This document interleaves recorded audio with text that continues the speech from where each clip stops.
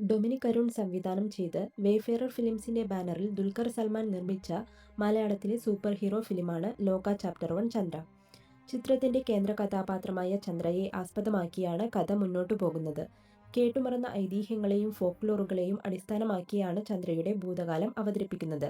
ബഹുഭാഷത്വവും വൈവിധ്യമാർന്ന സംസ്കാരങ്ങളും നിറഞ്ഞു നിൽക്കുന്ന ബെംഗളൂരുവാണ് സിനിമയുടെ പശ്ചാത്തലം.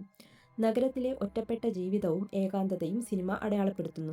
കൂടാതെ മഴയിൽ നനഞ്ഞ സ്ട്രീറ്റുകളും നിയോൺ ലൈറ്റുകളുടെ വെളിച്ചവും റിയാലിറ്റിയും ഫാന്റസിയും കൂടിച്ചേരുന്ന ദൃശ്യഭംഗിയെ കാണിക്കുന്നു.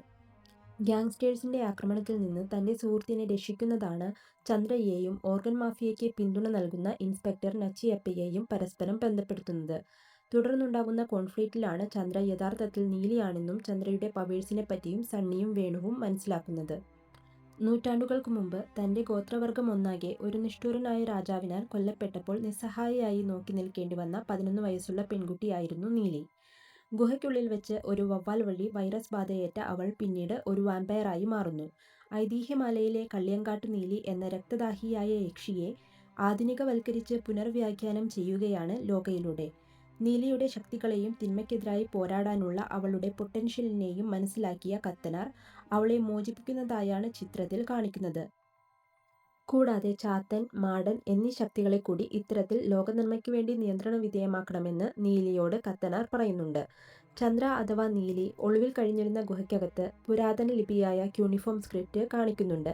ഇത് 5000 വർഷങ്ങൾക്ക് മുമ്പ് മെസപ്പൊട്ടേമിയയിലെ സുമേരിയൻ വംശജർ വികസിപ്പിച്ചെടുത്തതാണ്. കൂടാതെ ഗുഹയ്ക്കകത്ത് സെലീൻ എന്ന ഗോഡസുമായി സാദൃശ്യം തോന്നുന്ന ഒരു സ്ത്രീയുടെ തലയില്ലാത്ത പ്രതിമയും കാണിക്കുന്നുണ്ട്. ഗ്രീക്ക് പുരാണത്തിൽ സെലീൻ ചന്ദ്രന്റെ പ്രതിനിധിയായാണ് കണക്കാക്കുന്നത്. എന്നാൽ ഇതേ പ്രതിമയുടെ രൂപസാദൃശ്യം ഉള്ള ഒരു സ്ത്രീയെയും സ്പേസ് ഷിപ്പിനെയും സിനിമയുടെ അനിമേറ്റഡ് പ്രൊലോഗിൽ കാണിക്കുന്നുണ്ട്.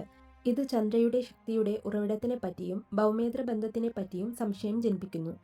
പിന്നീട് ചന്ദ്രയെയും ഫ്രണ്ട്സിനെയും നച്ചിയപ്പയുടെ സഹായികളിൽ നിന്നും രക്ഷപ്പെടുത്തുന്നത് ചാത്തനാണ്.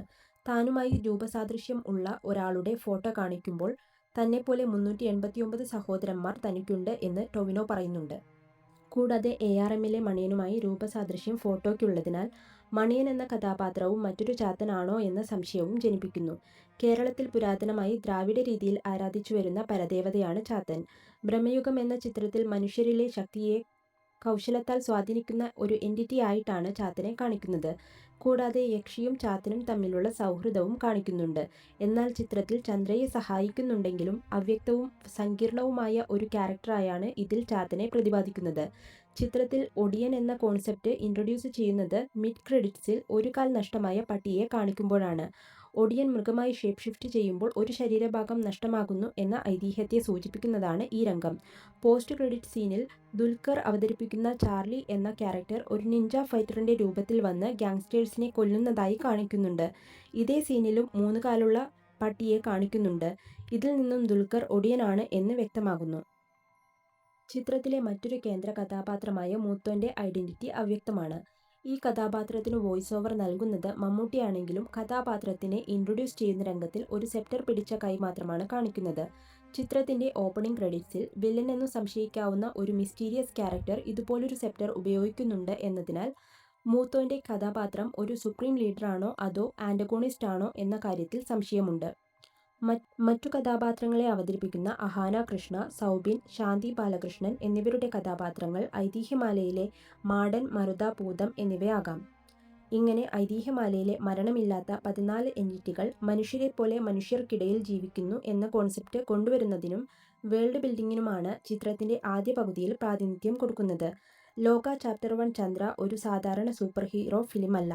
മറിച്ച് ഫോക്ലോറുകളെയും സമൃദ്ധമായ വിഷ്വൽസിനെയും ബ്ലെൻഡ് ചെയ്യുന്ന മോളിവുഡിന്റെ സ്വന്തം ഒരു മാർവൽ സ്റ്റൈൽ സിനിമാറ്റിക് യൂണിവേഴ്സിന്റെ പ്രാരംഭം ആണ്.